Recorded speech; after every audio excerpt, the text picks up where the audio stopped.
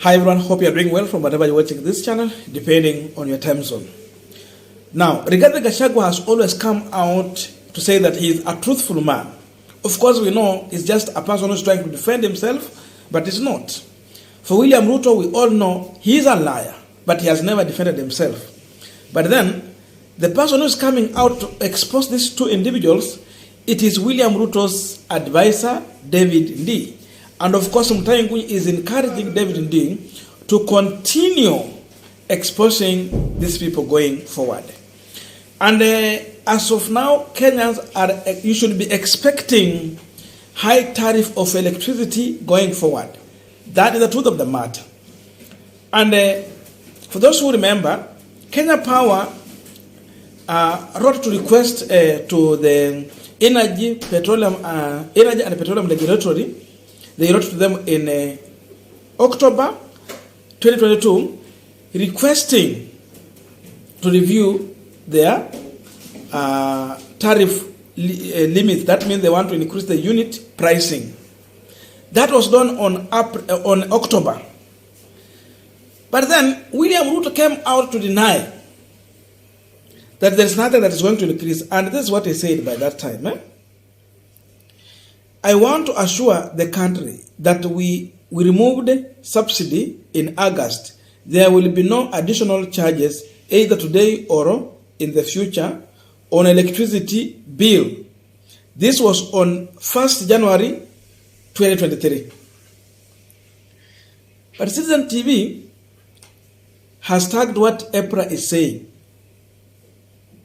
And this one was yesterday, 24th. EPRA announced new electricity tariff effective April 1st, domestic consumer to pay more for electricity.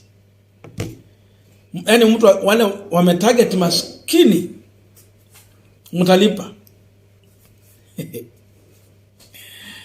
Now, the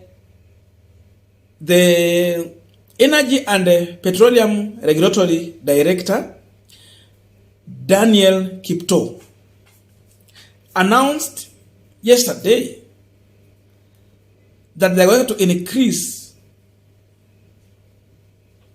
the tariff up to 63% going forward. Because that was a request from Kenya Power, and for them, they have to check another going to increase. So electricity price is going to rise up to 63%. From what we are paying. Just understand that we are going to double. So EPRA has announced these changes. And of course soon they're going to take place. But then, at one point, David Ndii came out to say that electricity bill is going to raise. But Ruto Gachagua has always said that he's a truthful man. He came out to deny, and he said that David Ndii does not speak to the policy issues. I wanted to check the response from David Ndii to Ruto Gachagua to understand that these people are speaking different things. Let me quote Ruto Gachagua first. David Ndii does not pronounce policy. He is advisor. Policy is pronounced by the president, the deputy president, or the cabinet secretary in charge of energy. That was on 12 March 2023. Now, David Ndii is responding today. This is what he's saying. It is true that as an advisor, I don't pronounce policy, but I do know that electricity tariffs are set by independent regulatory, not a policy decision. Politicians will tell you what they think you want to hear. I tell it like it is. So he's countering Ruto Gachagua's position. And Mutahi Ngunyi is telling David Ndii this one. You see what he's telling people? Leave David Ndii alone. There are some people you cannot bully on Kenyans on Twitter. Quote. That is Kenyans on Twitter. I'm telling you. I was just checking on the reason why Kenya Power is increasing this tariff with so impunitive figures. You know what they want to do? The reason for increasing this tariff is because KPLC is expected to they want to either renew or change, replace the aging distribution system. Kama ni cables, ama ni nini. That's the reason why they are increasing this price. So the aging system need to be replaced or changed or repaired. The question is that, kwani hao watu wako wana collect pesa? Zilikuwa zinaenda wapi? This is a monopoly company distributing power and they earn money. No competitor. The money they have always got from Kenyans. What are they using that money for? Because every time when someone is, when you charge someone, that money you are charging this person, there is for repair and for everything, And as of late, before they used to detail you in explanation on how they are cutting down the money you are paying for that electricity tariff. But as of late, they say they will not be explaining to you those on how it is being packaged. You just pay and they present you a bill like that. Finish. So they should come and tell Kenyans the money they have been collecting ilikuwa ya kazi gani. It has to be for repair, for changing the system, paying the staff, and of course for maintainer. Wakuwe na pesa hapo.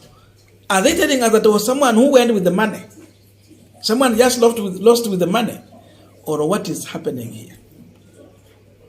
Let me tell you. I think David Ndii is just exposing these people. For the avoidance of doubt, yes, it is public knowledge that KPLC has applied for tariff increase and the decision is due anytime.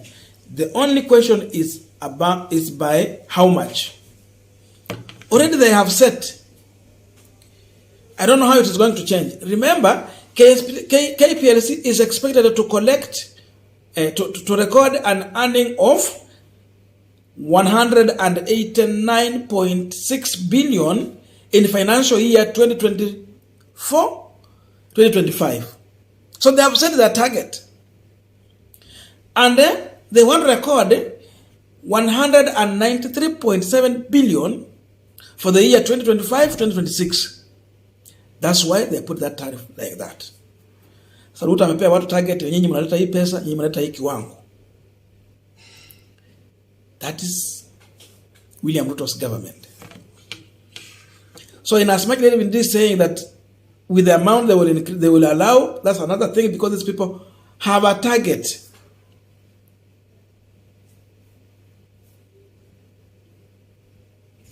Lastly, I want to listen to David Ndii to understand. Really, he's just telling Kenyans one thing. Don't expect anything good from this government. I think he's right. In as much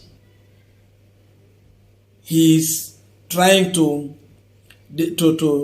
argue with those who are criticizing the 500 Hustler Fund. But there is reality in what he's saying. This is what he's saying. Good people, if 500 shillings is beer money to you, this administration will infuriate you to the end. You need to watch your stress level because we are not going anywhere. This is David Ndii, Chairperson, Presidential Council of Economic and Advisor.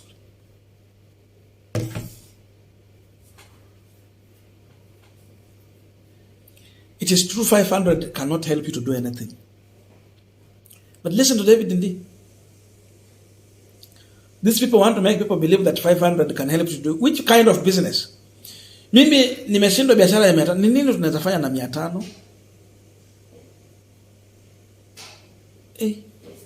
Mimi nimeshindwa. Someone can explain to you, maybe. Someone to explain to us, what can you do with 500 shillings? So Kenyans are going to be hit with the reality. Electricity is going to increase. William Ruto lied, but now it is time to face the truth. He will come with another lie. And that is his nature. Gachagua has always said that he's a truth man. He's a truthful man. I don't know he's true to who. Not to Kenyans, but to someone else. Maybe he's truthful to William Ruto, but not to Kenyans. Because he's William Ruto's deputy. So brace yourself for high cost of electricity tariff. And this should give Kenyans a reason why they should be on the street to send a message to this government. Monopoly of business has been here with Kenya Power. Why do they want to loot Kenyans with the core? They have enough money. This is people who are just collecting money for themselves in the name of replacing the aging distribution system. They must be stopped. We have a reason to be on the street to send a message to this government so that we can stop this planned impunity. They have actually planned for the impunity, and it's going to happen if we will not come out and send a message to this government by registering our disappointment on how they are running business of our country.